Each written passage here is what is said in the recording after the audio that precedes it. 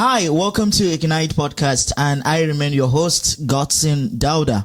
And this moment, I have with me Gladson Ishaya, who is a student of Luther Seminary, and also the student president of that same school. And at the same time, he's going to be a PhD student in September. I'm so happy for him, and so glad to have him here because of his critical This is the point where you ability clap. to think.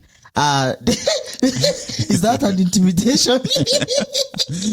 Yes. Oh my God! You see? Okay, we've not even started anything yet, but he has started pinching me already. But well, let's see what we have here. We're going to be talking about politics, democracy, and its survival. Are we in survival mode or we are in democracy? Are we to trust our leaders on some of the things that is happening surrounding democracy? And there's a lot of things that I feel like over the years, our political atmosphere, especially in Africa, has really have a lot of setback. I said, in fact, thinking about it this way, I said it's over 500 years backward. Well, this is not to say anything about anybody, but the first question I have for in this our conversation is to hear what you think about democracy. Are we in? Do you really believe that democracy is truly something that what's the atmosphere of what democracy is ought to be? Well, the advent of democracy was to move away from the hereditary kind of rulership where because you're a prince and then you inherit the throne and then you rule people based. Is it more like communist? Yeah, something like that. So whether you're competent to rule or not, you just because you are by virtue of you being the prince, and so you ascend to the throne of your father or your forefathers and all of that. So democracy was a concept to give power to the people, to have people, to let people have a say in who govern them, who rule them, and all of that. And it started in Greece, actually in Athens.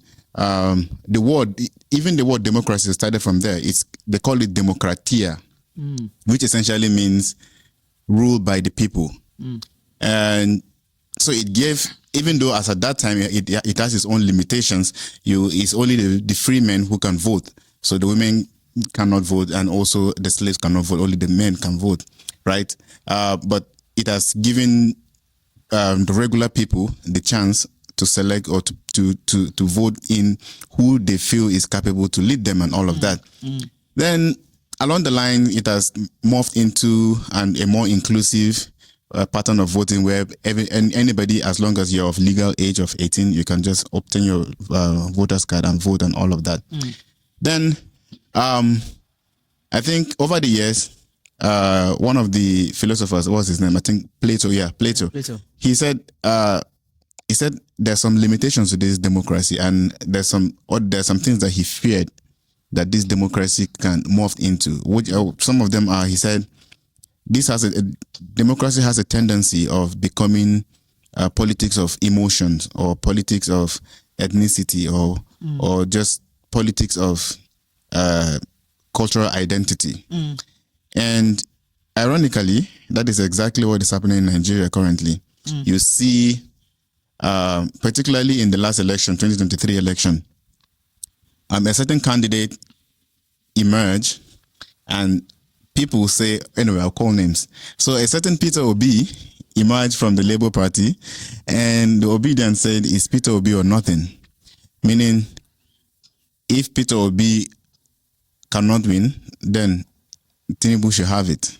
And even currently, that mantra is still being spoken in so many social media spaces.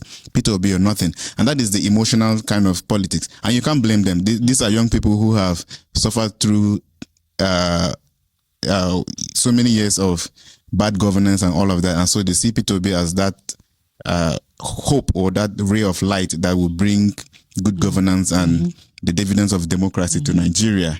However, the argument I have in that is that, well, if you are saying Peter Obi or nothing, are you saying that there's nobody that is capable of taking Nigeria out of that of the situation that we are in right now? Only Peter Obi?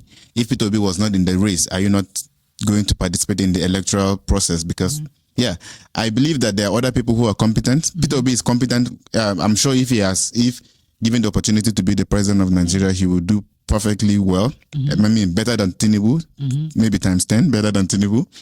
Yeah, but I do not believe that he's the only person that can salvage Nigeria. So are you because as I'm hearing your voice right now, well, I don't want to I'm not somebody who really wants to just like support somebody instantly, but I look at their memorandum and how their past records has placed them to be in the space where they are claiming they want to be in the higher space. And based on that particular reality, you could see that this is the person that would definitely rule. Let me give you an example. Yeah.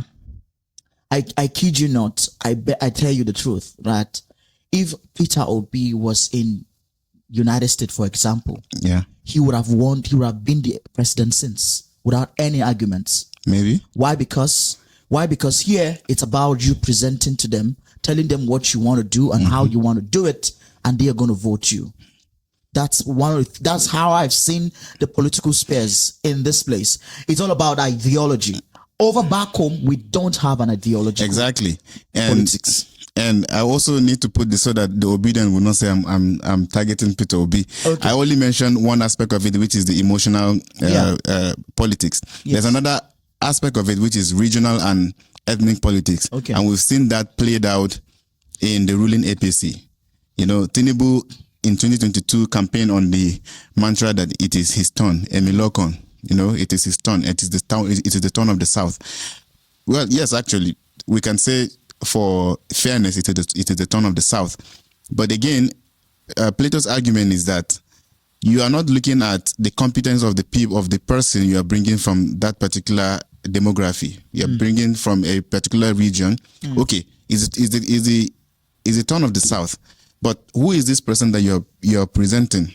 And of all the aspirants, you know, APC thought Tinubu is the best fit for that, and so they presented him as their candidate. For me, wait. In fact, let me even drop these questions because I'm beginning to feel hot in my spirit now because I am enjoying the conversations. For me, I feel like I feel what happened in 2023 was just because somebody said it was his turn. That was what happened. For me, if APC had presented a more credible candidate like Osinbajo, for example, nobody is going to even look at Obi like Peter Obi. Everybody's going to go for him because you know why? Just that 2 months that Buhari gave this guy power to just rule this country. Yeah, you could feel president. It. You could know it that somebody who is smart is in this country, and you could know that gives us a feeling that this country can work. But we have people who are not making it work. Yes, and the reason I would say is that unfortunately Osinbajo didn't have the reach that Tinubu had, and Osinbajo on his own could not actually be the vice. You know, he wouldn't even have been the vice president without Tinubu's support. So, believe it or not, Tinubu is, as they call him, the master strategist. He single-handedly made Osinbajo the vice president, and so politically he has more reach than Osinbajo, and he used his political mercenaries all around the 36 states of Nigeria, and then he was also clearly more richer than everybody that contested that primary election. So of course it was a contest of money and influence. And so would you say that Peter Obi, I'm not trying to glorify Peter Obi, but I feel like Peter Obi has really maintained an ideology for over a decade, for over some years right now that we've seen. Most of the parties that he has been in and has left has always been about, like even when he was in the PDP, it has been about buying votes, or getting to the highest bidder takes the ticket. And it's not supposed to be like that. Yes. Peter Obi is, like I said, I was telling someone just a week ago, I said, if he eventually becomes the president of Nigeria, I have no doubt in my mind that he will be one of the best presidents that we ever have as a country. However, the political terrain that he seems to operate in does not reward such men. It's not a game of integrity. Sadly, it's not a game that it's not a straightforward game. It's not even a level playing ground, right? You are contesting with people who don't even use naira as a bribe to delegate. They use dollars, and then you on the other hand say you're not giving shishi. And so it is not an even playing ground. And we've seen that played out when he was in PDP. He left PDP shortly before the primaries, saying that according to him, the primaries has been dollarized. That is exactly how he said it. And so because of that he cannot participate in such a primary that delegates are induced to vote based on the amount of money you give them. And in that primaries, we had big weak politicians like Atiku and Wike who are fighting neck and neck. And so Peter Obi cannot compete in such an environment, and that's why he left, which is a good thing. I'm not saying that. Yeah, but at the same time, that because of how long are we going to keep letting these people make the political sphere to be about this money thing, and how can we be able to correct this? Because it's a long time tradition. Because you could even hear from the voice of the late president Umaru Musa Yar'Adua, who confessed to the public and told them, he said, truly his election was not something for him to be proud of. He beat his chest that he was going to correct it, which he did. He did actually try to correct it. And for me, I feel like I wish that man didn't die when he died. But at the same time, the person who was his vice president was also a smart person. Was also a good. He was good, but after everything that happened, just let me know that, man, just like what you said, the political atmosphere of where we find ourselves is not a place of integrity. Exactly. And let me remind you of what the vice president, when they were campaigning for Tinubu, what he said. He said he was referring to the former vice president as at that time, Yemi Osinbajo. He said Yemi Osinbajo is a good man, and good men sell ice cream, and that politics or power is not for good men. Good men don't make good presidents. That is exactly how he said. So essentially saying that if you want to be a good man, then step out of politics. It's not for you, which is not true. Actually, it's just the way we find ourselves in Africa, where politics has to be very, very dirty and all of that. Well, almost everywhere politics is dirty, it's but a bit dirty, but in Nigeria, we've taken it to another level. And going back to your question, the issue is that the political class have weaponized poverty to the point of when they give you, now they share rice everywhere. When they give you some little bit of money, maybe 5,000 naira and a little bag of rice, 25 kg bag of rice and spaghetti, and then they win over your vote. They say, okay, you vote and then we give you this. And a lot of people will rather take that and say, this is the only time we get to enjoy the dividend of democracy from these politicians. The only time they look to us is during election.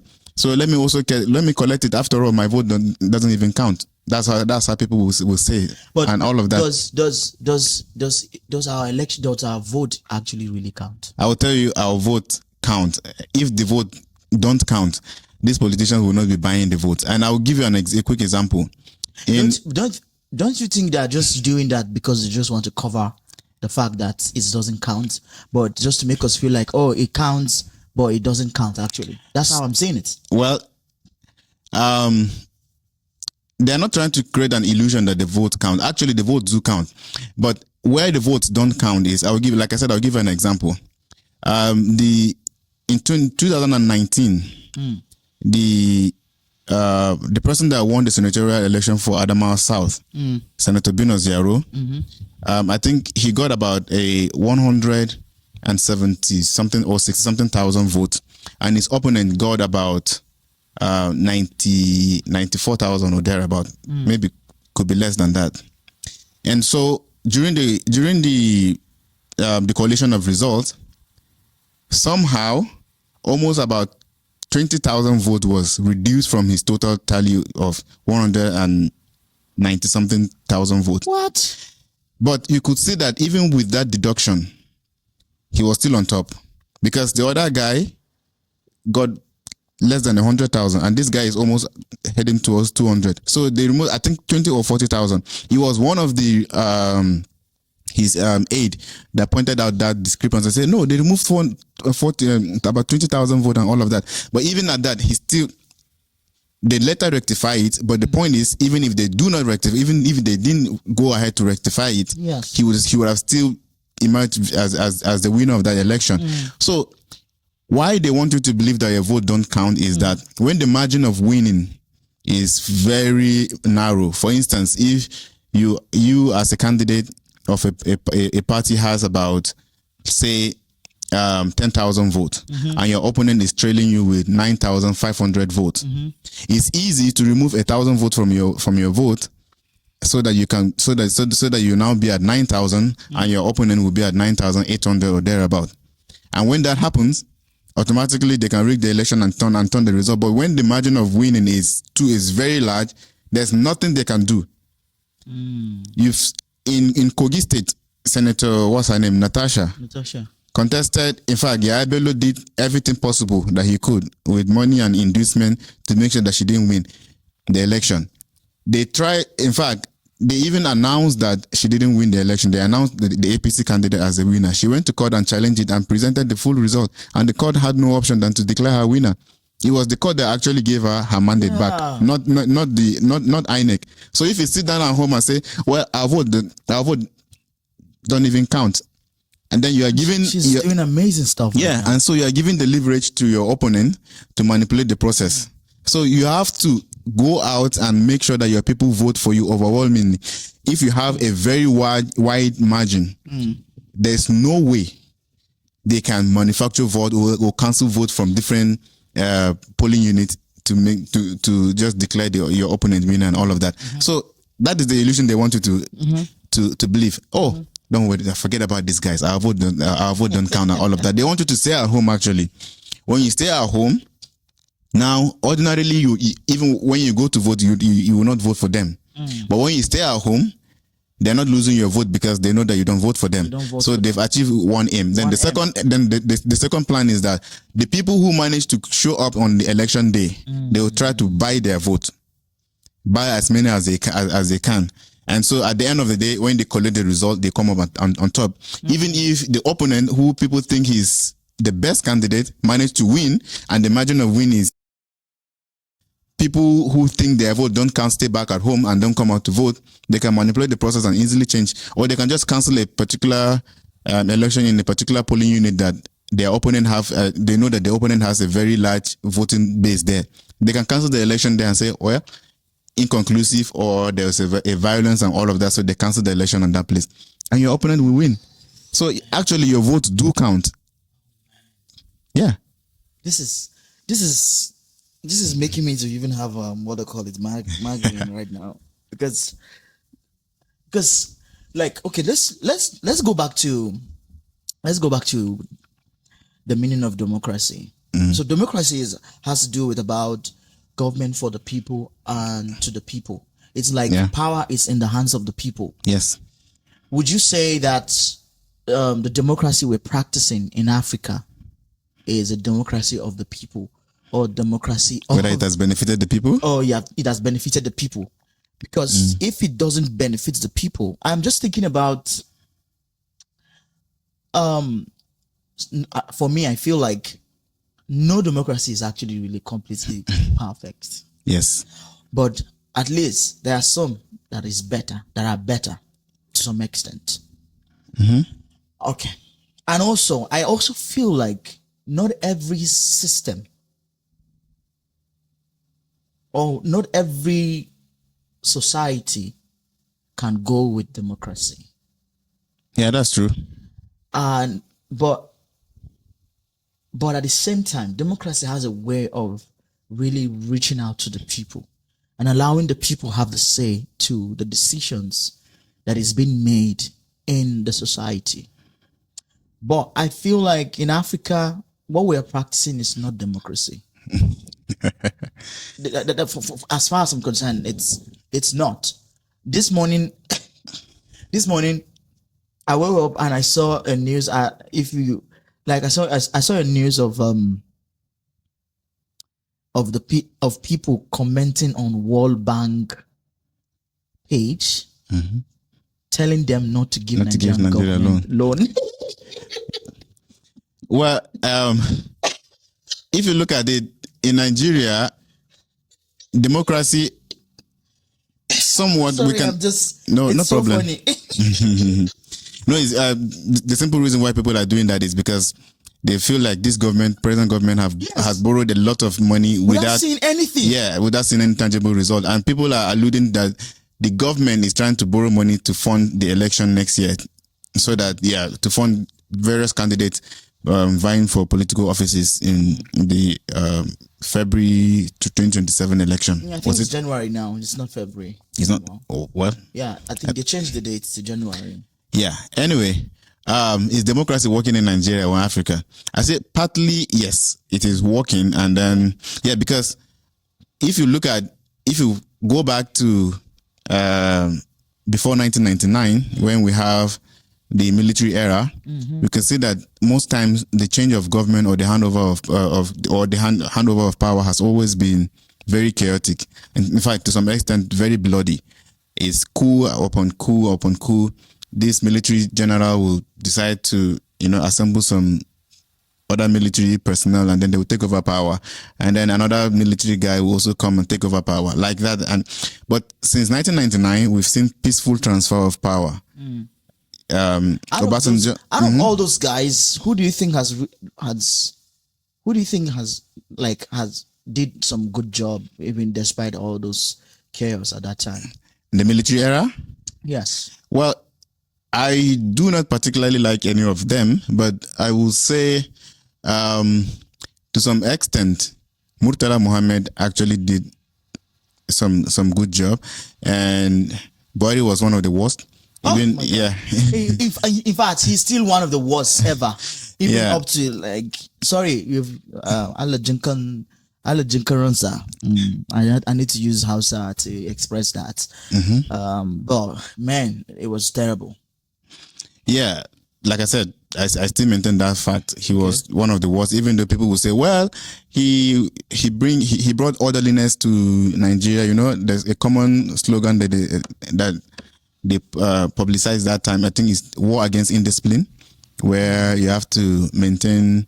Yeah, that is one good thing about that particular military era. But that was just it. I remember people were telling me that during that era, they have to, sometimes they even queue to buy bread and all of that. That is how weak the Nigerian era was at that point. So yeah, I maintain he was one of the worst. Yeah, Obasanjo, 1972, I think. Did fairly well. And Abacha, as much as people would try to say he was the Luther King. Yeah, not the Luther Seminary, but the looting king. That's the right word. There's some things that he actually did that he did some good work, that is Abacha. But then when you read the history of that era, what Abacha was doing, his high-handedness and how brutal he can be. And of course, like you said, the looting allegation, and now we've seen, they said he's our godfather in heaven. He still sends us pocket money every now and then. That's what people say, because every 2 or 3 months you hear about Abacha loot and millions of dollars from foreign reserves. Yeah, so in different countries and all of that. So yeah, I think IBB also did somewhat good job. He was the one that built the Third Mainland Bridge. I can't remember whether he was the one that divided I think he was the one that eventually made Nigeria to be up to about 36 states. Yeah, I think him and Buhari created some states. Buhari, I think, was the one who carved out some states too. I think about 6 or so. I think we too did. But for me overall, based on analysis and some of the things I saw and some of the situations that I saw happened in those spaces of their time, I think Yakubu Gowon really tried to. Yeah, the people from the southeast will crucify you for that. Please, Biko, because he was during that period, the Biafran War, and everything. He was the one who refused to allow them. Yes, and then, but I still believe that we are better off as one indivisible nation than to all go our separate ways. Just that the people of the southeast. Though yes, they are very marginalized. They are they are very maltreated. Do you think so? I think so. Huh? Yeah, because now if you look at the power structure, they're not in any except that Peter Obi that is. I think Peter Obi is one of the what do you call it? Aside from Azikwe, he is one of the strongest voices from the southeast that is. I mean, it's in everybody's lips to be the president of Nigeria. Aside from him, no one else. So usually when gradually we are getting somebody. Alex Oti. Alex Oti is doing well. But when you look at the calculation of every politician in every election cycle, they tend to align. The southwest tend to align with the north, usually northwest. Yeah. And the north, when they want to align, they tend to align with the southwest. Yeah. So Buhari tried with the southeast and he didn't succeed. And even Atiku also, I think his first vice president 2007, his running mate was Senator Ben Obi. I may be mistaken, but I think that 2007? Yeah, 2007 and all of that. They still did not succeed. And 2019 he picked Obi. A lot of people said they won the election, but Buhari and all of that. Well, there is truth in it though. The 2019 and the 2023 election, I am still putting a question mark on both of those elections. I don't believe with that result. I don't agree with the results of those two elections. So the Southeast, I believe they've been marginalized in so many different ways. And people will say, well, they don't really matter in the grand scheme of things because how many votes cumulatively can the Southeast give you? That's why during during Buhari's era, he had, in fact, I don't think he even campaigned in the Southeast in 2019. If I'm not mistaken, I don't think he even went there. He even called them a dot in the circle. That's how he referred to them. He said, who is that? Buhari said the Southeast, they are a dot in a circle. Yeah. So it means that they don't really matter in the grand scheme of things. How many... a vote from Kaduna, Kano, and Katsina is enough to, you see? Yeah, but it's true. Well, it's true, but I still feel like that was a very, very wrong thing to say. I think that guy has said so many comic words when he was there. He was the one who said in the other room. Yes, he said his wife. So let's talk about the present atmosphere right now. Yeah, the political the atmosphere right now, it's really a bit shaky. And for me, I wasn't happy when Obi and Konkoso left the ADC party. I wasn't really happy about that. But this guy has made it he's making the whole thing difficult when it's not supposed to be difficult. It's just as let me mention him. Atiku is making things difficult. And for me, I feel like he's working for this Tinubu guy. Because the same thing that happened in 2023 will still happen. Yeah, but okay. So I'm not defending anybody. But because I feel like if they have stayed, all of them, the three of them are powerhouse. Yes. The three of them, look at their scores from that last election. Bring their three of them, their scores, three of them can defeat this guy one hand. Actually, even two of them. Obi and Atiku's vote equals about 12 point something million. Yes. Which Tinubu got about 8 million. So yes. If you add the 1 point something, I think maybe 2 million vote that Kwankwaso got, so that would be like 14 million. Yes. That's enough.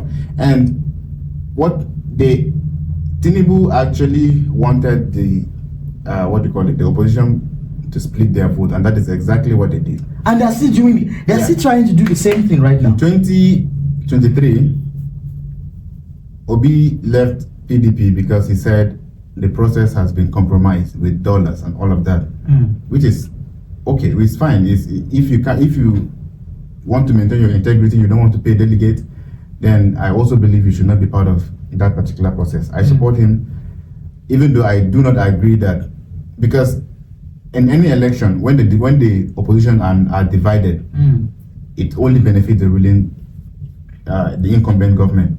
So he left, went to Labour Party, did so incredibly well in the 6 months that he had to run his campaign.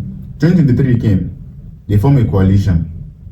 And if you listen to his statement, he said that he did not leave the ADC because he has a problem with Atiku or with David Mark. That he left the ADC because of the so many challenges in the party, court cases, left, right, and center. And that is where I fault him, because the NDC that he is currently in now, when you go to the INEC portal, you will see that it says by court order.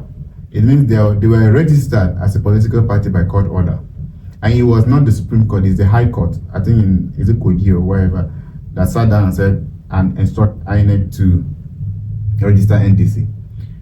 So now I'm not a law student, I don't know what the law says, but I know the Federal High Court is one of the lower courts, then the Court of Appeal, then the Supreme Court.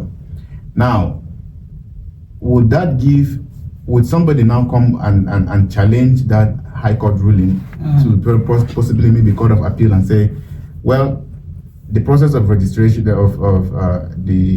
registration of NDC was very flawed, and the ruling of the High Court was in error, and so he is appealing to the Court of Appeal to set that ruling aside and deregister NDC. Currently, there is someone called Dr. Umar Ardo, who is he was championing ADA. I think it's called African Democratic Alliance, which was part of the coalition party that they wanted to join, but then INEC did not register them. So he is alleging that, well, they started this process with INEC. INEC cleared about 13 of them, and eventually INEC said they could not register ADA. And he said that NDC wasn't even part of that initial 13 that INEC cleared to be registered. That all of a sudden, NDC appeared on the INEC portal by court order. So he's saying that he is going to challenge that in court. That why is ADA not registered, and NDC that was not part of the process, part of the 13 political parties that was cleared by INEC to be registered as a political entity, how come they suddenly just appear on the INEC portal and then it's by court order and all of that? So if eventually it gets to the Court of Appeal, is Obi saying that he will also leave the party because there's an ongoing litigation?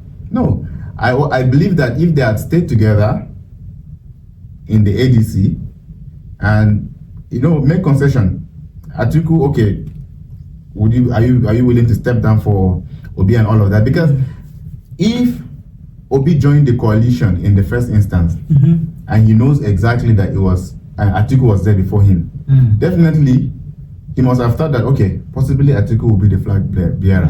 However, let me join regardless and see how we can negotiate power and all of that. Power is not given. I mean, you have to, if power is taken, nobody will hand you power and say, take, I'm giving you for free. You have to struggle, you have to do some negotiation and do some concessions. And that's why a lot of people are saying that Obi is running away from primaries. In Labour Party, there wasn't a primary. He left PDP shortly before the primaries, went to Labour Party, got the ticket. Now in ADC, in ADC, he left. He's according to him because there's so many litigation in court, and he doesn't want to be in a political party that is not stable. and then he's now in NDC. And just about 2 days ago, they said they are zoning their ticket to the south. And what we're seeing is that it will potentially be an Obi and Kwankwaso ticket. Yeah. You guys call it the OK ticket. OK ticket. And all of that. So, but when you look at it from the grand scheme of things, who benefits from this split? Tinubu, of course. Exactly. That's my major concern now. And the issue is, and the thing is that, yes, I believe possibly Atiku should have, maybe, this is my own personal opinion, possibly she should, okay, fine, let me step back and then give these guys chance and all of that. But he is looking at it from the perspective of, now Buhari is dead. He will inherit the northern vote. And that's why even in the north, they call Tinubu OTP president. You know, they call him one-time president. Because they said that he actually deceived them. The Muslim ticket didn't actually favor any of them. Yeah. They thought it's going to favor them, but for Tinubu, it's just a strategy to win election. It's just a strategy. It's just business. Because he knows that if he picks a northern Christian, all the northern Muslims will not vote for him. And whether we want to admit it or not, the northern Nigeria has a lot more Muslim population than Christian. So he knows that the political strength of the northern Muslim. So he had to pick a northern Muslim so he can get the votes from them. And eventually all of them say, oh, Muslim ticket in Nigeria is the first time it's happened. It's the first time, you know, the first time it almost happened, that election was annulled. That is the MKO Abiola's election. It was Abiola's election, yes. Yeah. And then they all jump on that wagon and voted him. I voted him in. And now they see that to him it's not even, it's not about religion. It's not about religion. It's business and strategy to win election. So Atiku is looking at it. Buhari is no longer alive. The CPC bloc that made the APC are no longer aligned with the current APC. That is the El Rufai, the Malami, and other guys. They are now part of the ADC. Yes. So he's thinking he can inherit those 12 million votes that Buhari, that is his thinking. And then he also said that this will be his final attempt at the presidency. So it means that because after now he'll be 80 something years, by the next 4 years. Before he does he want to go and attempt again for something? Yeah, so his argument is that since this is his last attempt, they should give him that chance to attempt. If he doesn't win, then he step back. Like now, right now? Yes. So whether you agree with that or not, at least that is his own argument. And then he also said that the North has only ruled Nigeria for give or take 6 years compared to the South. Obasanjo did 8 years. Goodluck did, I think, 5 years because he completed Yaradua's 1 year, so 5 years. And that's 13 years. And then who else? Now Tinubu with 4 years. So if you added that, like, what they call it, 17 years. Now, the North, which is Yaradua, was in power for only like 3 years, and he died. But what about Buhari? Buhari did 8 years. So if you add 8 and 3 together, that is just 11. That's 11 compared to the 18 of the South. So his argument is that the South has had more time in the villa than the North. So if you're talking about zoning, by fairness, it should come to the North. And then people will say, oh, well, Southeast has not been represented there. And he's also saying that if it's okay, if you come from that angle, we can also say that the North is not just North. There's Northeast, Northwest, North Central. Northeast have never been part of the... Has never been part of the bargain too. Yeah. So that is his own argument. So whether or not you believe... the Northeast has never been in the bargain for a long time. Yeah. And I think that's why... But they've been... Atiku has been there as the vice president for some time. I think he's been trying to be there for almost how many years now? I think almost getting to like 18 to 21 years now. He's been bidding to be in that power. Because people are putting it as a blank statement that say, oh, Atiku has been contesting since 1993. Because if you don't know the details into that, you would think that he has been on the ballot since 1993. That's not true. In 1993, SDP, I think, he stepped down for, was it Shehu Shagari or who was it? I can't remember. He stepped down, right? Though he was part of the process. Yes. He was an aspirant. They went into primary election, they negotiated, and he stepped down. In 1999, the same thing. They backed, what do you call him? Obasanjo, and he went for the governorship of Adamawa State. He actually won, but never served. He was now called to be vice president. Let's even talk. For me, I feel like most of the things that we've been talking about has been more of the technical things. These people that are trying to be in the power, are they really handling the things that they need to handle as a country? Because for me, I feel like there are three major things that a political leader, especially in an African context, and in Nigeria as a place, needs to provide for the people, and the people can take care of the rest themselves. Three things. Number one, electricity, power. A Nigerian needs just electricity. If you can give, because now for me, as far as I'm concerned, living in Nigeria is like living on your own. It's like living on your own. You have to get generator, fuel the generator yourself. You have to buy your house, build it, everything, everything. Healthcare. If you go to the government hospital, sometimes the doctor is not even there. The doctor of recent, somebody had the issue. The doctor is from the government hospital. He was referring the person to his own hospital to do the surgery. You can see the kind of state that we are in right now. That's how we are living. There is nothing to show for that we are really enjoying what the government is providing. Well, electricity, good roads, and security. You see these three things, sir? Just give a Nigerian man these things. These three things. A Nigerian man. The Nigerian man will build all the empires you need. The road to transfer all their goods and services, that the transport system, whether good road and train that need to be, let the what they call the aviation system to be good. Nigerians will handle the rest. Security, let the common man be able to go to the farm and be able to farm and provide food for his family in a safe and secured environment. But all these three things is a reverse case. They've taken off the subsidy in the electricity. People cannot even pay it. Even if you pay, you will not see electricity, and the people will come later trying to cut off your light from you. It doesn't just make sense. Well, on electricity, I think a lot of it has to do with political willpower, because any minister that has that portfolio of the Ministry of Power, eventually fails. If the president, who is the commander-in-chief, doesn't really have the political willpower to challenge those dinosaurs in the power sector. And I'll tell you, especially those who are like sabotaging everything. Yeah, of course. I actually, even your brother who is trying to be the president is part of. I think he's part of the people that are trying to do this thing. Who, Atiku? I'm just saying. I didn't call him. Well, that allegation has been put to bed since the election. But that's the power of narrative. When a wrong narrative I brought it up because I wanted you to respond to it. And people are saying, well, he is the owner of Mikano generators, and so that's why he is. How can you elect somebody who has a big generator company like Mikano to be a president? Even if he's president, he would not do anything with the power sector. But even the Mikano themselves, they've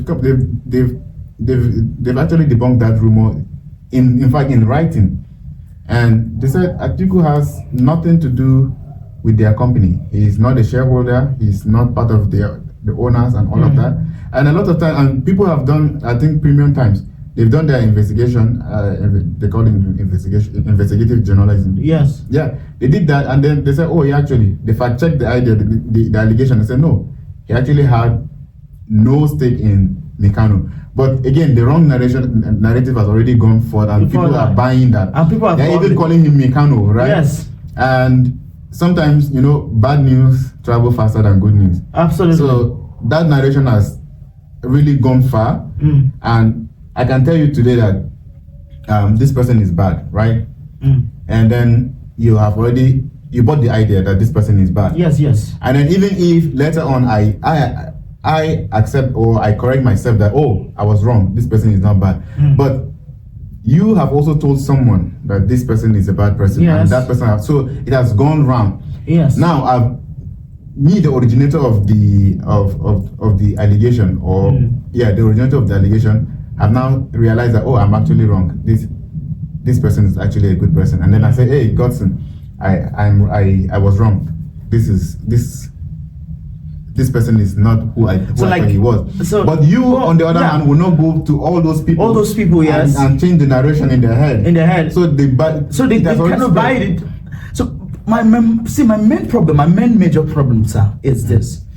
And I wish, I know that provide Nigerians security, provide Nigerians electricity, provide Nigerians good transport system, and Nigerians will succeed. Well, that is true, but like I said, there are dinosaurs in the power sector who are kind of sabotaging everything. Yes. So do you think that they're going to be also they are also part of those people who are sabotaging, creating good roads? Well, and even sabotaging the lives of people? No, every sector have their own cabal who are working to make sure that particular sector. So, for instance, let power first, and then we'll move on. Mm-hmm. So, for power, there are people who have invested heavily into the generator economy, and of course, they won't sit back and allow you provide constant electricity. Their business will crumble. So they go into these government offices and ministries and even to the president and lobby very, very hard to say, hey, this cannot happen. And most times there are also foreign interest. There are people who are outside this country who have invested heavily into all of this. And of course, these people will send delegation, will lobby, and they don't lobby with empty hand, they lobby with dollars and all of that.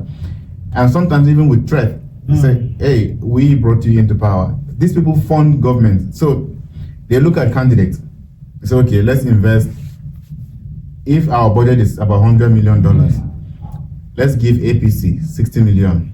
Give other parties 40 million, or 40 million, or maybe 20 million, right?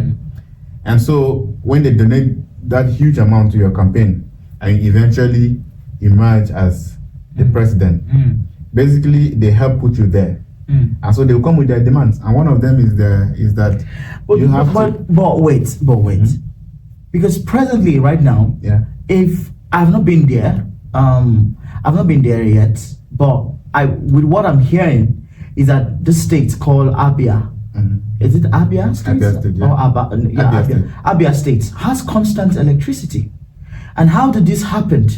The present governor right now, who is Alex Oti, he said when he was because he was once a bank manager, I think in Zenith Bank.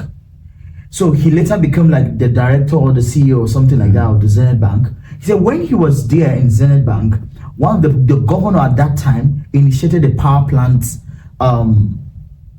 project, I think back in 2013 or thereabout. He said he said when he got to a certain position, he was part of the people who approved the loan for them to do that project. He said they started the project, but it got to a point where, we have this problem. We don't have a continuity. We don't have continuity governance in Nigeria. Everybody wants to come and bring his own idea. Yes. But I believe that continuity governance is what is making this guy in Kaduna State that today I said, even if it's in APC or whatever party he is, I will vote him because of what I have seen him is doing right now. This present governor of Kaduna State, Ubasani. Yeah. Other people might debunk about it or say anything, but for me, I feel like he is like one of the, he continued from where his Oga stopped, El-Rufai.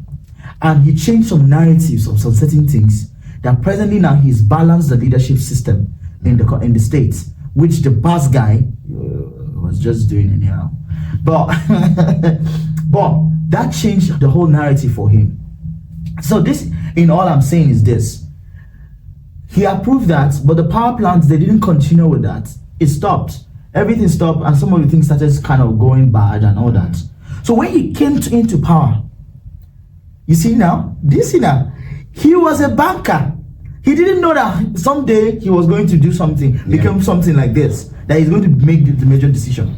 So when he came into power, he made sure that these power plants gets to work. And presently today, people in the states are enjoying this electricity.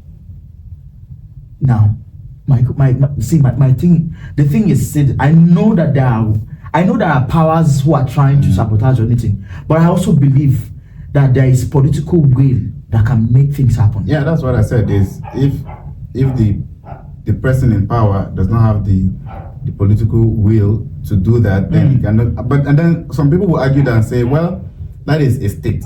You are talking about Abia State. Now we're talking about Nigeria as a whole. Abia is one of the 36. Yes, and all of that. It's like I'm going to try and buy land there. So people will say, well, Alex Otti found it. Alex Otti challenges in Abia was a little bit minimal compared to the national scale. Yes, because you will, of course, if you are dealing with one state, it's one thing to deal with one state than to deal with the whole federating unit of Nigeria, which comprises about 36 states and Abuja and all of that. But again, it boils down to, like you said, political willpower. There's an interview by, I think his name is Dr. Charles Omole. He wrote a book about Buhari, from statesman, from military to statesman. In that book, he said that Buhari was, towards the end of his government, he was scared that they were going to kill him, and that is a sitting president at that time, scared that he was going to be killed, and that is because there are some policies that he has taken that didn't sit well with powers that be, and so they had to double security and had to make sure he didn't just appear to anyhow in public and all of that. So if a sitting president will have that fear of being killed, so you can, and then this so-called cabal, they can go to any extent, right, to undermine your authority as president, and especially if they heavily fund your campaign. Yes, I mean, so they will threaten you with re-election, say we will not vote for you and all of that. So it is, and then also some Western government are also benefiting from the collapse of not just Nigeria but the African economy. Yeah, there are a lot of Western governments who are benefiting. You can imagine a certain country in the west of West Africa before now had their central bank is in France. Their money they're using franc CFA, right? And everything was printed in France and then brought back to, I think it's Burkina Faso. And they said, hey, we're not doing that anymore. The military took over power and decided to, say French people, the French government, they don't want to have anything to do with the French government and all of that. It became a serious issue back and forth with the French government. Eventually, the French left and all of that. And Burkina Faso, whether they are doing good or not, I'm not the judge of that. But you could see that the Western powers have their hand deep into Africa, and sometimes they also fund other groups to destabilize the government and all of that. Do you think that's one of the things that is affecting Nigerian security? It is, because the thing is, well, federal government published about 14 names of so-called terrorist sponsors in Nigeria and all of that, and none of them is prominent enough. So those are just the fall guys. It's just like when a big politician sends you on an errand, and they more like an errand boys. Yeah, ultimately you get captured. Of course, they will make you the fall guy. You will take the blame for everything, and they go scot-free and they look for your replacement. Yes. So those names, these are just the people who are fronting. But the deep pocket that sponsor terrorism in Nigeria, I think, is far beyond Nigeria. It's far. One of the soldiers, ex-soldier now, said some of the weapons that when he was serving in Damboa is somewhere in Borno State, that he has never seen those kind of weapons in his 13 years of military career. He has never seen them, talk more of holding them and operating them. But the Boko Haram terrorists have them. Where in Nigeria do they manufacture such weapons? We don't even manufacture AK-47, talk more of such kind of caliber of weapon. There's one of the gruesome killings in Kaduna shortly before Buhari ended his government.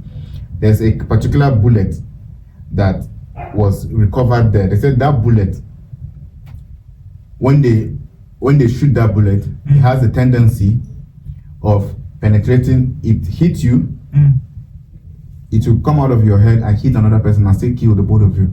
Oh my God. And when it hits you, it doesn't just enter like the normal bullet. It takes off the part of the. If you hit here, it takes off that part. It like almost cut it off. That is how lethal that kind of bullet is. And he said that those bullets, they don't sell them anyhow. You have to have a strong military backing to be able to purchase those bullets. How did those, whether they are bandit or Boko Haram that attacked that place in Kaduna, how are they able to have to get hold of those kind of bullets? Oh my God. He said they use that bullet in a high military grade operation. But these are people who are just wearing rags and all of that, but they have access to that bullet. There's a particular gun that was what do you call it?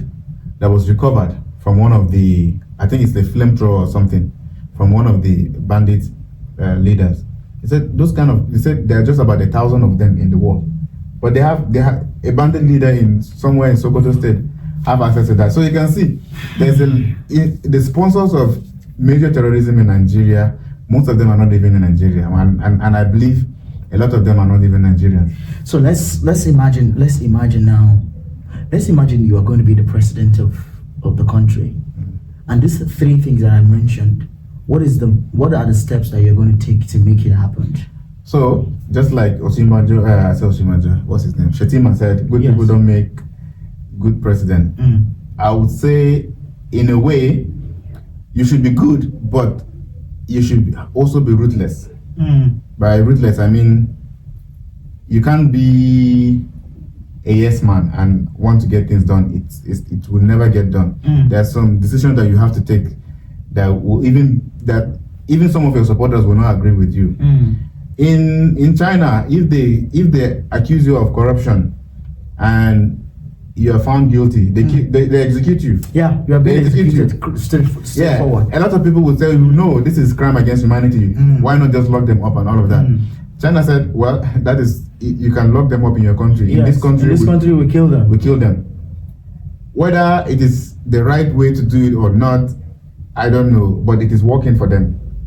So in Nigeria, you have to face corruption head on. People need to know that there are consequences to their action. Yes. Because an average Nigerian sees a politician that is accused of stealing billions of naira, working freely, having 247 electricity in his house, his children are schooling abroad. Yes. He doesn't fly economy. So that's our own idea. That's our own idea of what it means to be the leader in the country. He also sees that, so this thing pays. Yes. So I can go into it's now a business. Yeah, I can go into politics, win election, steal as much as I can, and nothing will happen. So there's no consequences to our action. And so a lot of time, people will go into government, maybe as a senator, as House of Reps member, as governor, and do all sorts of things. And sometimes they have immunity. Presidents and governors have immunity, so you can't even do anything to them, right?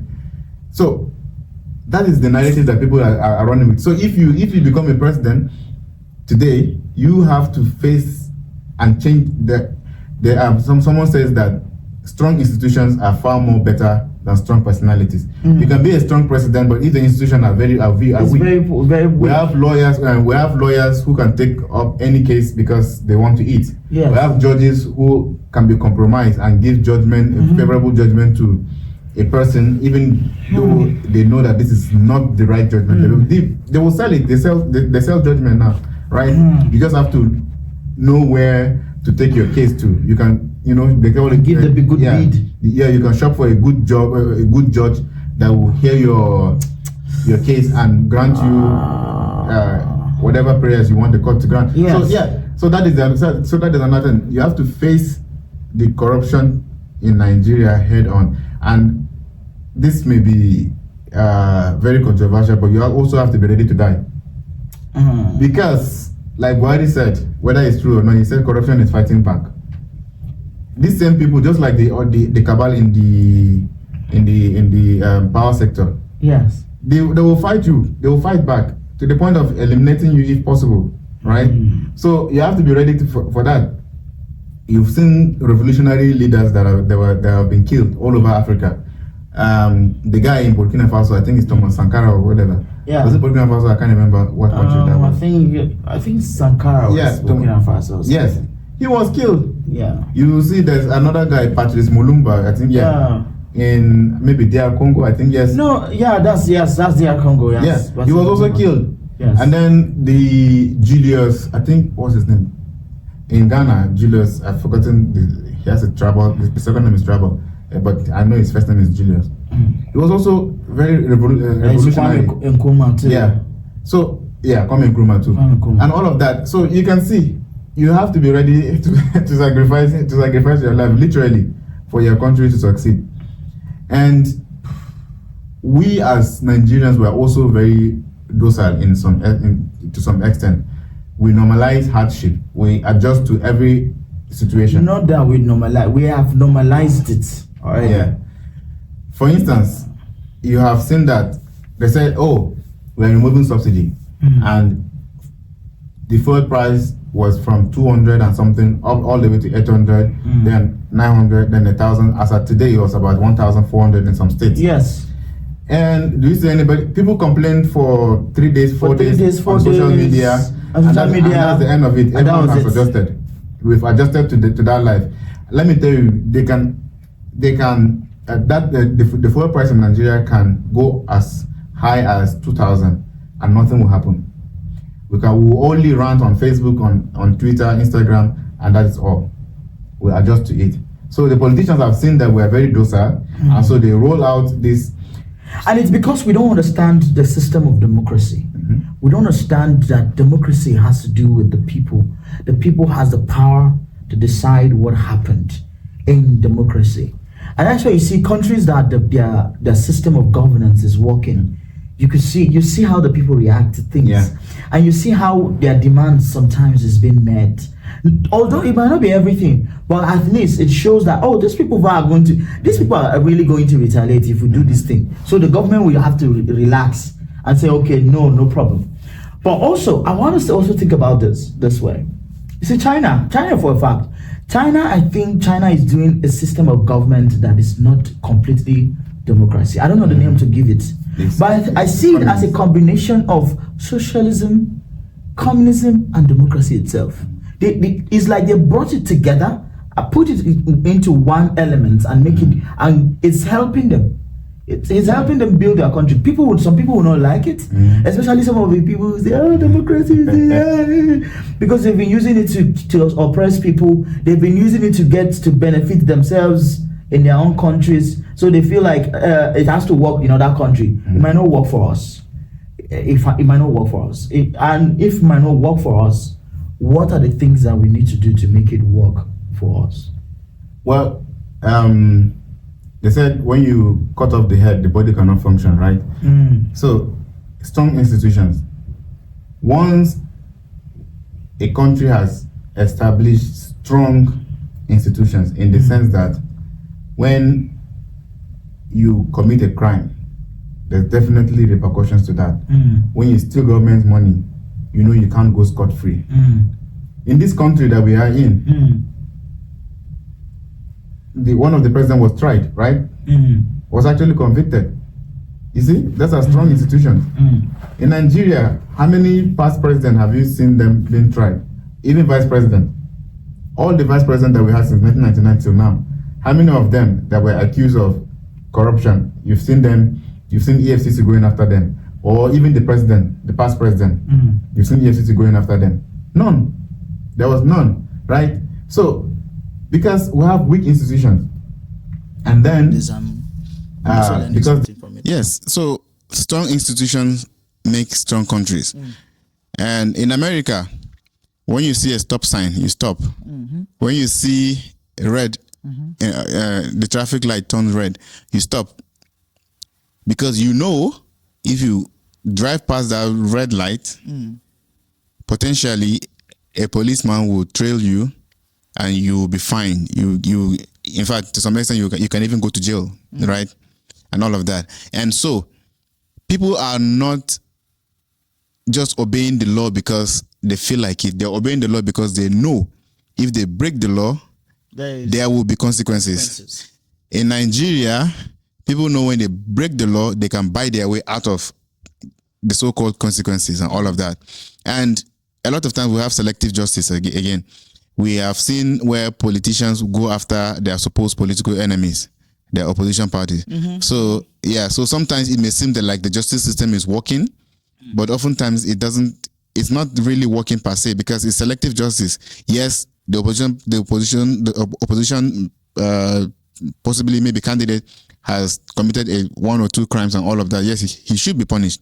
But then you look at the people who are going after a certain individual and accusing, or maybe with allegation of corruption and all of that, they themselves, or within the same party, the ruling party, they have individuals who are not just accused but even convicted of corruption, but they're holding sensitive position and all of that. So it becomes like a witch hunting.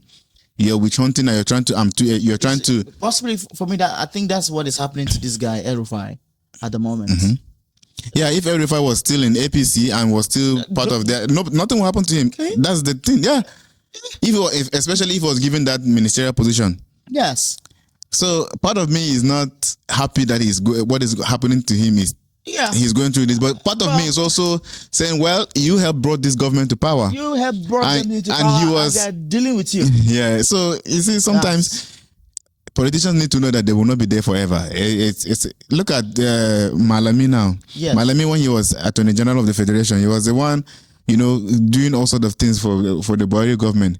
Now, same Malami is now going in and out of courtrooms and detention and all of that. And I remember there was a video of Shore accosting him at the entrance of one of the courtrooms and he said, you see, when we were complaining during Buhari that these institutions are not working, you are the one defending them and all of that. Now look at this, the same institution that you refuse to reform is now the one punishing you, dealing you unfairly. Right? So these are the issues. Once you have strong institutions, everybody will fall into place. Everything will fall into place. People will start obeying traffic rules. People will not steal. People will not even give weird excuses. Remember some years ago they said snake swallow how many million in the JAM office, or monkeys took how many million in one of the government offices. Yeah, in the finance department. What came out of that? Nothing. Right? So you can come up with flimsy excuse and still get away with it in Nigeria because the institutions are not working. EFCC are not particularly doing their job. ICPC, the same thing. The courts, you go there, a case that is supposed to have an expedite hearing will drag on for 3 years and all of that until everyone forgets about the whole thing and then it dies down. So yes, when you have strong institutions and a president that they know that this president, when he says no is a no, yes is a yes, everything will fall into place and all of that. And like I said earlier, you have to prepare to die as a leader because the corruption will fight back literally. They will try to, if possible, assassinate you, like it has happened to so many other past like Murtala was assassinated. Leaders, yes, of course. So. And some other people too, some other guys, even Abacha was assassinated. Yeah. Well, but wow, this is a lot to carry because man, I don't see us ever coming to that point. I don't even like comparing our countries in Africa with the Western world because America is going to be 250 years in democracy. Yeah, Nigeria, when did we even had the freedom? It was just 1960. Unless even if you want to say maybe it's not 1960, at what point did we become one nation and we started building ourselves as a one people? It was just 1914 or thereabout. We are not even up to 100 years. Possibly we did our centenary, I think, in 2009 or something. 2014. 2014. That was when we celebrated like 100 years as a country. Yeah, wasn't at that time that we had the national conference? They call it Confab. Yeah. That's when Goodluck was still in power. Yes. And I don't want to compare ourselves. So I always tell people that people say, "Oh, our strength is in our diversity." I said, no, I do not believe that our strength is in our diversity because when you see America, for instance, there are a lot of what do you call it, cultural. No. I meant to say that there are a lot of the cultural differences is not at the forefront of everything they do. Everything they do, right? Yes. They don't see that as there's no ethnic coloration to almost anything they do. Yes. Is most 80% of the time based on competence. Yes. Now, you go to Nigeria, you have someone like a Peter Obi that is running for president. And you have people in northern Nigeria or even southwest Nigeria that say, I can never vote for him. Why? Because he's not Yoruba. He's not Yoruba, he's not Hausa, he's an Igbo man. And deep down, they know that this person, if he eventually gets in there, he's going to make change. Yes, changes. But no, it's tribal sentiment. We are very sentimental people. We want our tribal person to be there. Even in our churches in Nigeria. Even our churches. Yeah, you see that. You don't need to go far. I've been in the leadership in the churches a little bit. And so I can tell you. You can see the politics that goes in there. Say, oh, this guy is not it's not my tribe. So I prefer the bishop to be from this tribe or the bishop to be from that tribe. I said that is one of the ways that that is one of the things that is actually affecting the black race everywhere. The issue of tribalism and ethnicity, in fact, is even far, far more dominant than even the issue of religion. Because now we're talking about the church. The church is one religion, it's all Christianity. But you can see the division. He's not from my tribe. He's not from my ethnic group. Yes. So I don't want him to be there and all of that. And then I argued that I said, even God, when he wanted to what do you call it? To confuse the people. What happened? They were speaking one language, and so they had one common goal to reach heaven. They were building the Tower of Babel. Yes. Then he said, hey, if you leave these guys, you can reach up to the night. Scatter them. Let them speak in different long tongues and whatever. You can see, as soon as that happened, that project died. Yes. Everybody decided to go their separate ways. They don't understand each other. And I think that is exactly what is happening to us in mostly in Nigeria. We are very tribalistic and we have ethnic sentiment. We hold that over anything. You have seen that this particular in Kogi State, Yaya Bello, as terrible as he was when he was in governor, some people came to protest when EFCC came to pick him up. They blocked the entrance. They said no. This is a witch hunt against our tribal person. I can't remember what tribe he is. And all of that. From Okene is Ibira. Yes. And all of that. And yes, I remember it was Ibira because there were placards, people holding it and say, oh no, this is the government is trying to destroy their Ibira son and all of that. Yeah. And there was even a community that gathered, a group that called themselves something Ibira Liberation, whatever, that did the press conference and said that they are backing their Ibira son and all of that. They are not looking at the merit of the case. Okay, did he actually commit that crime? No. They are not looking at whether he committed the crime or not. And you know the funny thing. The funny thing, and a little bit annoyance of when I think about this guy is this: he was one of the youngest guy during the time when he became governor. That's one. In Kogi State, Igala people are the majority. Yeah. He's from Ibira. Yes. And an Ibira person has never become a governor in that state. He was the first person to do that. But look at how he threw away that opportunity. Well, but he was also able to put a fellow Ibira person back in power by hook or by crook. Yeah, by hook. Usman Ododo. Yeah, the current governor Usman Ododo is also Ibira. If that power leaves that tribe, it will never go back to that tribe again. I am telling you. I've lived in that state and I lived like a year and some months in that state. Kogi. Yes, in Kogi. And I can tell you that if this tribe lose that power, they should just forget about it. Because for me, it was so disgusting to see the things he did. That is so disgusting. That's why one of my arguments is that when they say, oh, give the youth the power and all of that, yes, I support that youth should be in power, but also I believe that good governance has nothing to do with age. Yes. There's a certain senator that was captured online harassing someone. Was he not a young person? Look at Yaya Bello in Kogi State. One of the youngest governor did a horrible job in the state to some extent that workers in the state are receiving 11,000 naira as salary every month. 11,000. These are people who are receiving up to 200,000 plus. They receive 11,000. There was video evidence. No, this is not about hearsay or whatever. No, video evidence, 11,000. Right? And so you are clamoring. How did they get to that point? That's the problem. Again, weak institutions. He knows that nothing will happen. And currently, let me tell you, he has I think he bought the ticket of APC. I bought the senatorial ticket to represent Kogi Central, APC. And you will not be surprised to see him in the next Senate, the 11th Assembly, as a senator. That's the Abelo. Yeah, he will never do that. He will never get it. See, I've learned never to say never. Because of, okay, just let me use your language. Weak institution will make it happen. But if it is based on merit, this lady beats him hands down. Yeah, but we're not operating. So for now we're not operating based on merit. That in most of the cases in Nigerian political scene, if it is based on merit, this guy cannot do anything.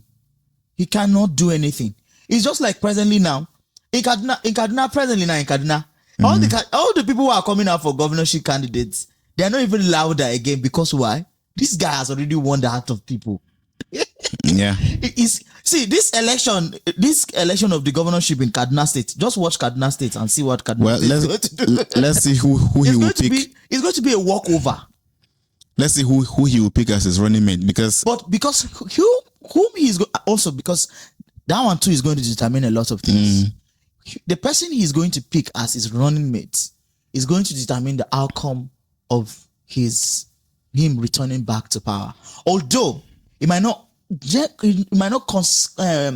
be a conclusive thing completely of him being in that same house, that same place, but he's going to actually push more about what he's going to. So presently now they are on the ground, they are still talking, they don't even want to say anything. And it's even an interesting thing too also to even see the person that this guy too might likely pick to be his vice too. Tinubu. Okay, Tinubu. I don't know if he's going to still continue with Shettima.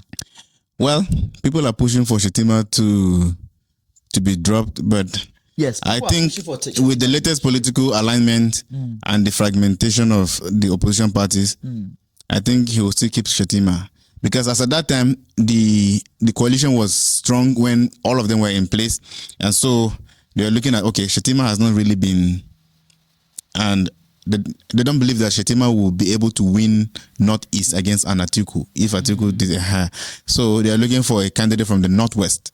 So Northwest now is the person that, because, so let me tell you what I was thinking too at some point. I was already thinking that the person he might likely, if he's going to use a Christian.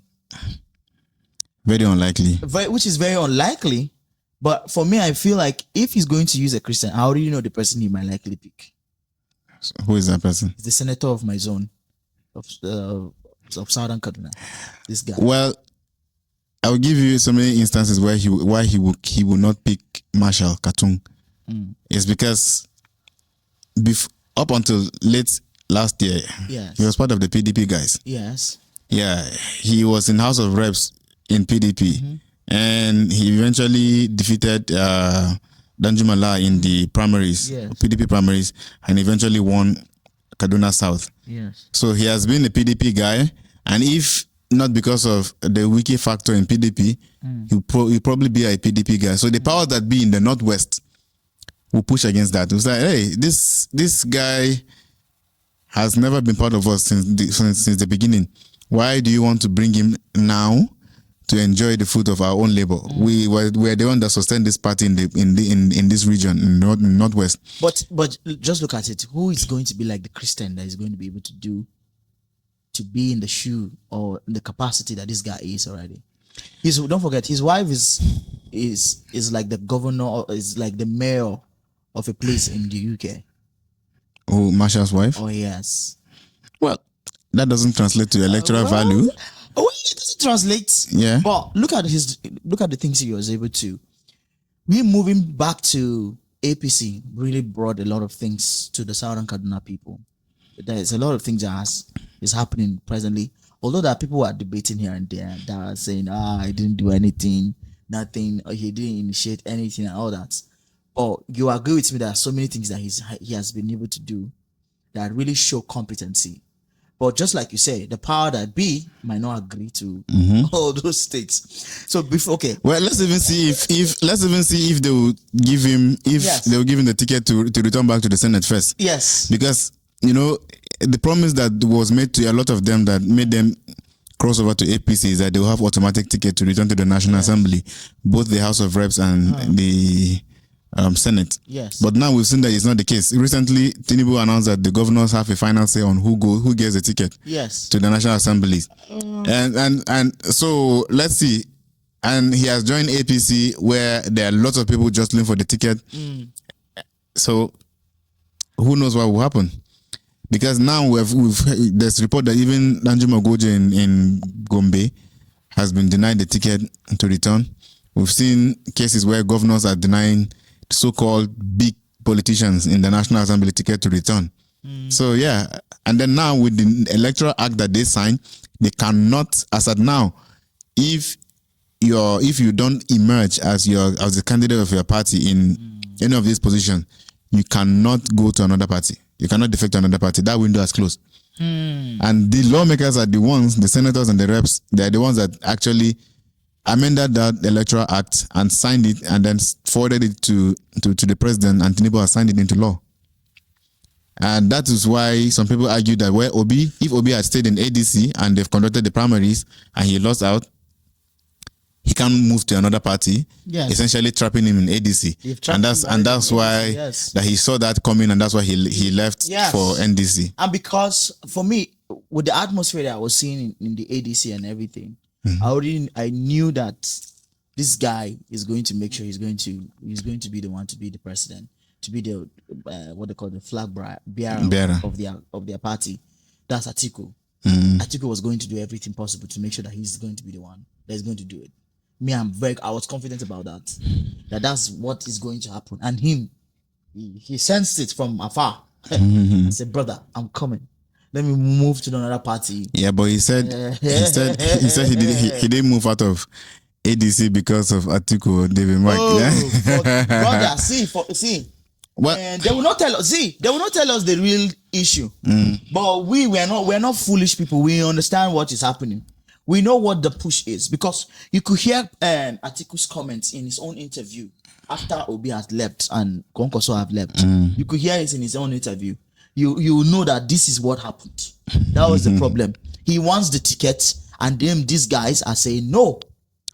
Well, allow the South guys to do it. And that's why you now look at the narrative over there now, even in the NDC. Obi is agreeing to be a one-term president, so that once he's done with the 4 years, if he eventually becomes the president, Kwankwaso will now be the next president. That's like the automatic thing they want to do. Yeah. That's the push they're trying to do. Again, I think one of the best tickets I would advocate for in the coalition, if they were still together, is for Atiku to step down, and then it will be Obi and one other person, possibly the Kwankwaso. Yes. The second best one is an Atiku Obi ticket. A repeat of that 2019 ticket. If defeat them. But the Obi then told Obi that if you accept to be vice president to anybody, we're not voting. And you know the anger was what happened in 2019.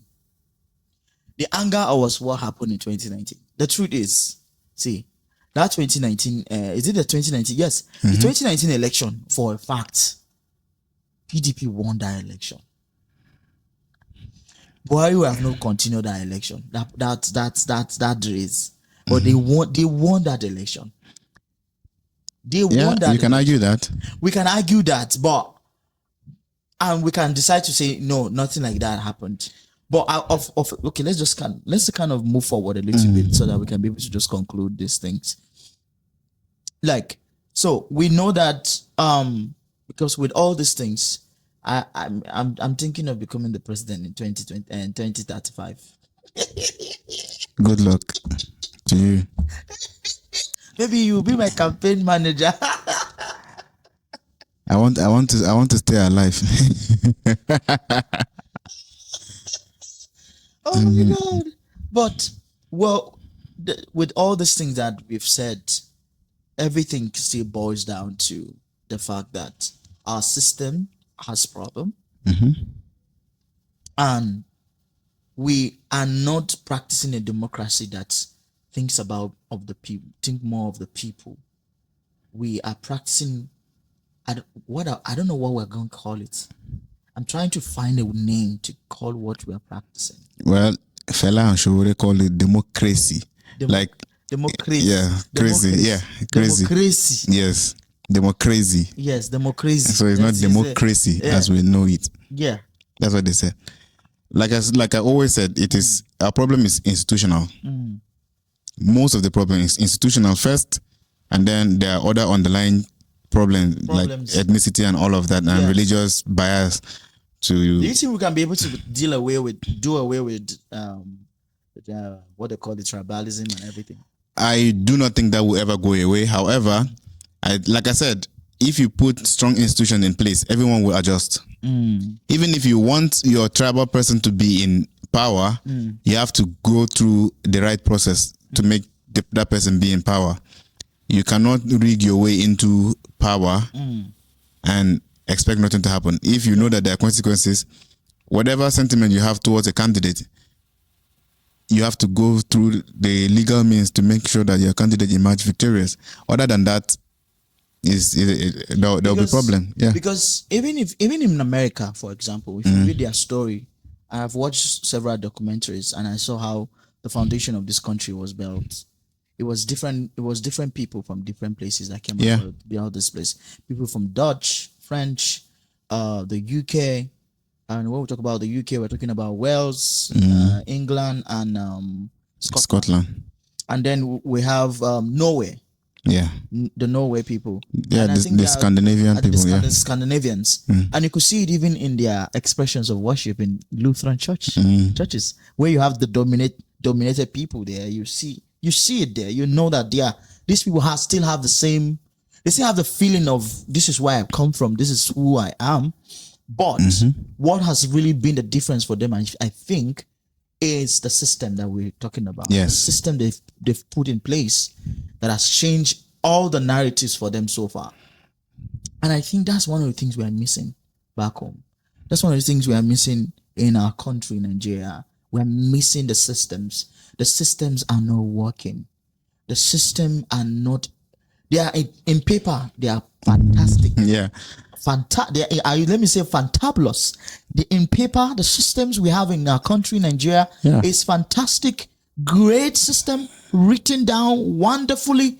But when it comes to implementation, that is where you know how awful it is, how so dangerous it is, how so unclear it is that the common man is the one suffering. There's a saying that says when two elephants fights, the grass suffers. Yeah. And I can tell you categorically, the problem of the Nigeria presently is two elephants are fighting, but the grounds are the ones suffering.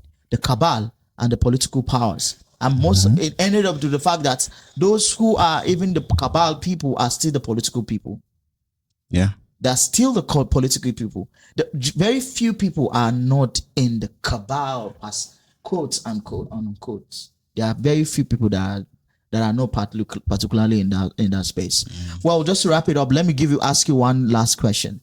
If you had the opportunity to advise the next generation of leaders and citizens, what values, ideologies, or reforms do you believe are necessary for healthier societies and more responsible governance? Before you answer that question, when we talk about reforms, for me, I feel like everything about Nigerian things that has to do with the written statements is fantastic.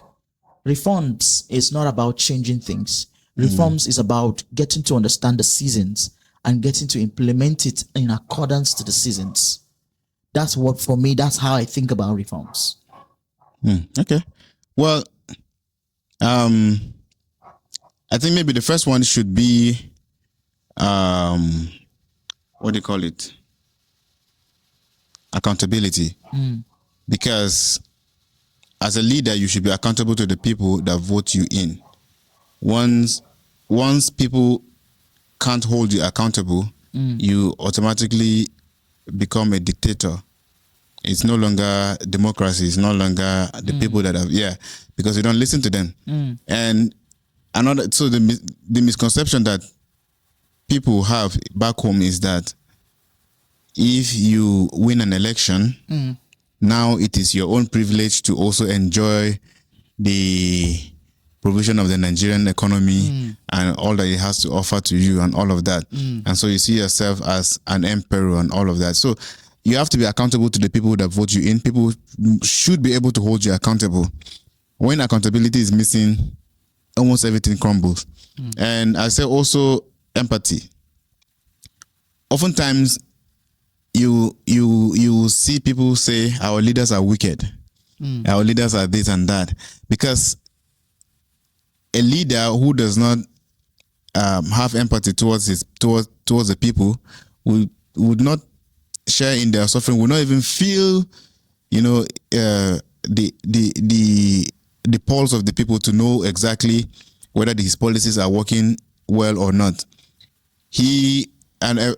And sometimes it's because most times politicians surround themselves with yes men, people who would just tell them, you're doing good, you're doing great, everything is working well and all of that. And so so they don't really know the true the true event, the actual event that is going on outside of that corridor of power and all of that. They rely on their essays and their PAs and so many other aides to give them report on different things about security, welfare, and all of that. And of course, most times they just tell them what they need to hear. So as a young leader, you have to have empathy to identify with the people who are suffering, acknowledge their suffering, and then take practical steps to address those sufferings or those issues that people are going through. And another one is, again, strong institutions. I said strong institutions are actually more important than strong personalities. If you have strong institutions that will hold people accountable, people will sit up, whether they want to do it or not, whether they agree to that or not, they must sit up because they know there are consequences. Yes. If you think of spending time in Kirikiri or spending time in Kuje prison, 30 years, 40 years, or even be executed, you think twice before stealing government money and all of that. And also critical thinking is another good example of that, because as a young leader, you have to be able to think critically. Now you see people celebrating road constructions. You see people celebrating boreholes. And if a governor, I saw a video of Taraba State governor commissioning a road without asphalt. It's just the gravels, it's just what do you call it? Excavate a particular portion of the road, about 3 kilometers, and then just pour the gravels there. And the whole governor of a state actually the video is online. You can go and check it. Seriously, it's really embarrassing. It's really embarrassing to see that happening. And here, you don't even see any governor doing any commissioning of anything. Yeah. Finish this road now. It's still fine like this. People will just consider using it. Yeah, nobody's commissioning anything. Commission waiting. So Nigeria will just... And if they will tell you, now they will not tell you that they spend 100 million naira doing commissioning of road. Even the so-called coastal highway. Yes. It's about 3 trillion or whatever. How much is it? I think it's about that amount. Did they get? And I know that they said that they have not gotten to the destination. No, it's that I don't think they've done. They're still doing the Lagos part of it. So yeah, so they're doing it section by section according to the Minister of Works, Dave Umahi. That's what they're trying to do. Professor. I don't want to say anything. But anyway, anyway, thank you so much for watching this episode of talking about the democracy and its survival and the real impact it has on our people. And we were able to kind of go deeply into all the things that is happening in presently in the political atmosphere in the country of Nigeria, and trying to kind of relate it with what the global perspective think about what politics or what democracy should be like. And one of the things I want to leave you with is this simple question. Do you think that democracy is working for us as an African people? or do we need something different? Can we be, is something, do we need something different, or what is truly the problem? Why is democracy not working for us the way it ought to work for us?